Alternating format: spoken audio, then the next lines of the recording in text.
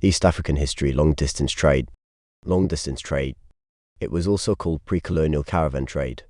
This was the trade that was carried between the coastal merchants and the interior tribes in East Africa. The traders covered very long distances from the interior to the coast. Long distances had to be covered in caravans of between 100–1,000 men to and from the coast. This always took months or even a year before they would reach the coast and back to the interior. The main participants in the trade included Nyamuzi Kamba, Yao Chaga, Kikuyu, Baganda, Banyoro and the Luo. These traded with the Arabs and Swahili people at the coast. Goods from the interior included ivory, animals, skins, slaves, gold, beeswax, salt, and copper. They were all exchanged for goods like beads, guns, mirrors, clothes, and glass, which were brought by the coastal people. Reasons for the development of the long-distance trade. The trade developed because of several tribes that produced surplus goods which enabled them to offer some for sale. There was also high demand for foreign goods by African societies, e.g. guns and clothes, which they had to get from the coast. The arrival of the Portuguese at the coast in 1500 AD also forced the Arabs to abandon the Indian Ocean trade and join the long-distance trade. The opening of trade routes in the interior of East Africa enabled the traders to reach all corners of East Africa for trade. Said Said's settlement in Zanzibar in 1840 also increased the demand for slaves who were needed to work on his clove plantations. Availability of trade items also led to its development, e.g. slaves, ivory, beeswax, etc. were all available in the interior. The abolition of slave trade in West Africa around 1840 forced many Europeans to resort to East Africa, where slave trade had not yet been abolished. East African history, long-distance trade. The development of Swahili as a business language made it easier for people to communicate in trade. The flat nature of the land enabled traders to easily move up and down looking for trade items. The coming of the Indian Banyans to the coast who financed traders and provided loans.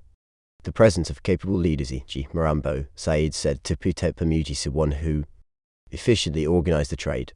The introduction of cowrie shells as a form of currency also eased the transaction of business. The introduction of guns also improved security along the trade routes. Cooperation between interior tribes and coastal people also facilitated smooth trade. Presence of already developed coastal towns which acted as the trading centers, e.g. Mamboha. Availability of guns helped in raiding of villages for slaves and hunting of elephants. The trade was so profitable to the participants, leading to its development. Good and favorable climate encouraged trade throughout the year. Development in transport system, e.g. use of donkeys which eased movement of traders. The organization of the long-distance trade. This was the trade that was carried between the coastal merchants and the interior tribes in East Africa. The trade involved many interior tribes like Nyamuzi, Kamba, Yao, Chaga and Baganda. These traded with the coastal Arabs. The trade was organized on caravan basis. Each caravan would have over 1,000 men armed, and it included porters and medicine men. Goods from the interior included ivory, slaves, gold and iron implements, e.g. axes, pangas, hoes. Those from the coast included beads, glassware, plates, cloths, and swords, among others. Slaves were acquired through raids on villages, and ivory was got through hunting of elephants. Trade was initially conducted on a barter trade system, i.e. goods exchanged for goods. Later on, cowrie shells were introduced, but these were also later replaced by small copper.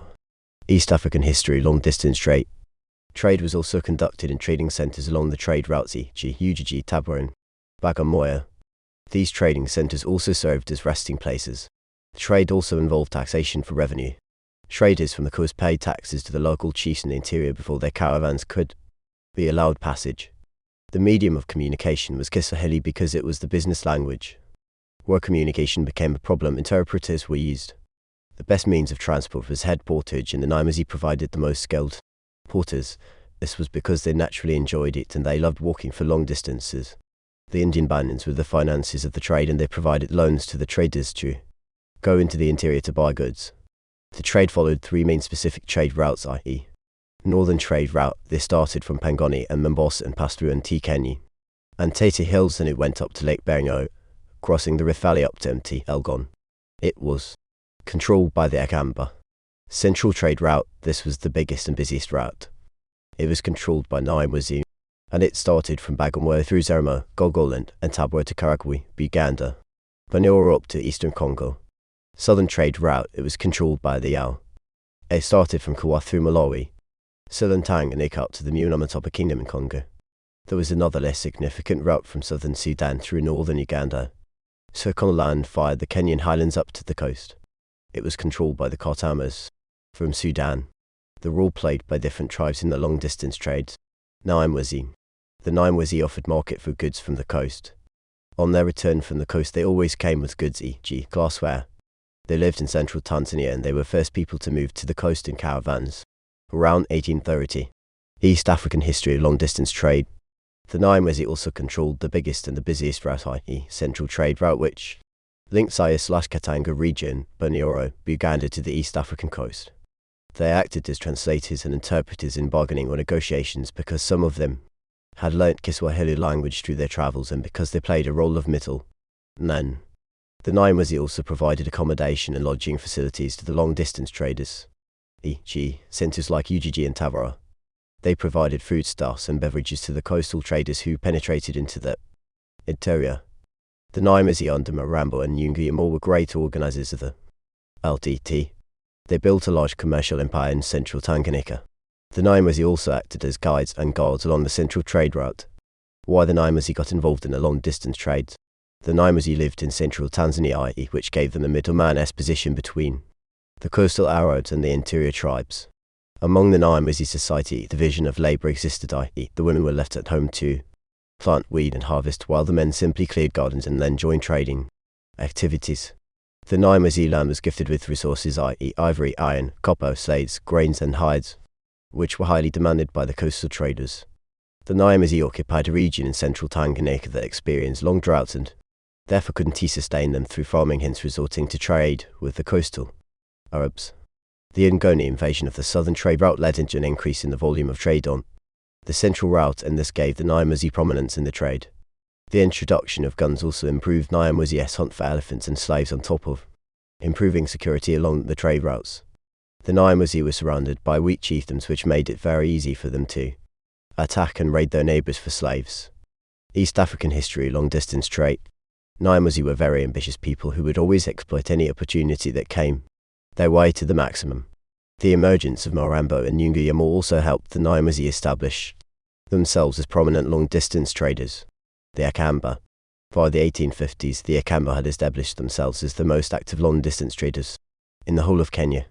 They occupied a dry area, lived a semi-nomadic life, and because of the poor soils they resorted to trade. They started trading with their neighbours, e.g. Neka, Mbuyu and Kikuyu, hence getting access to the coast. The Kamba controlled the northern trade route and their major outlets were Mombasa and Angoni. With the development of the LDT, the Kamba became very active in slave trade and ivory trade.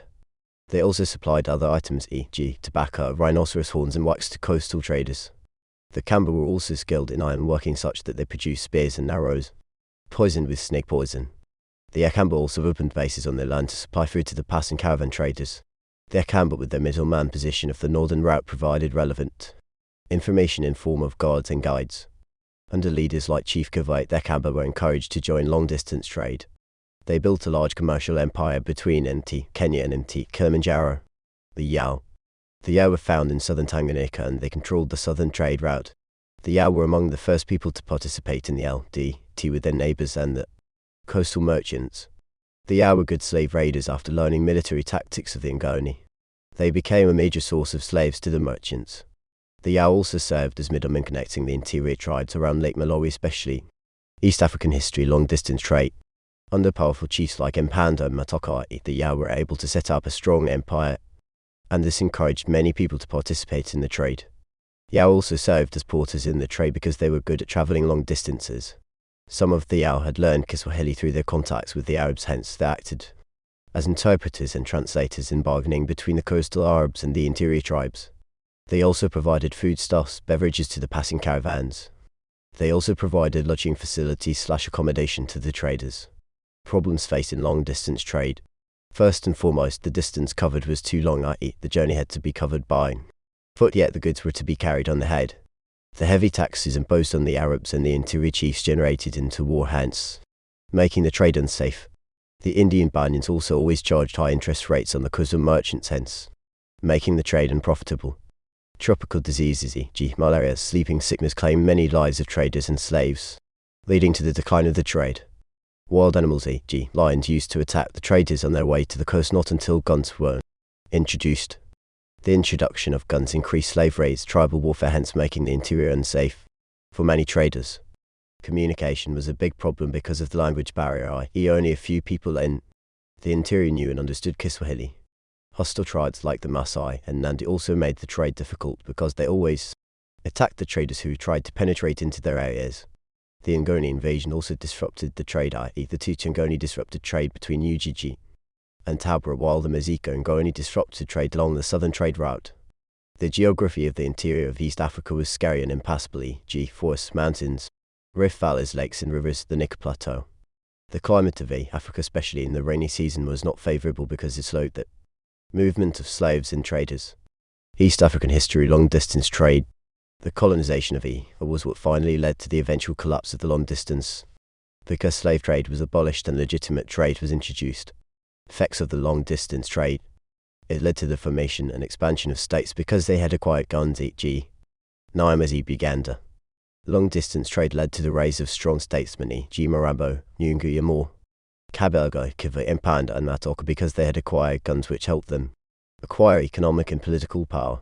Many people became rich in the interior, especially the chiefs and rulers, and it helped them enjoy high standards of living.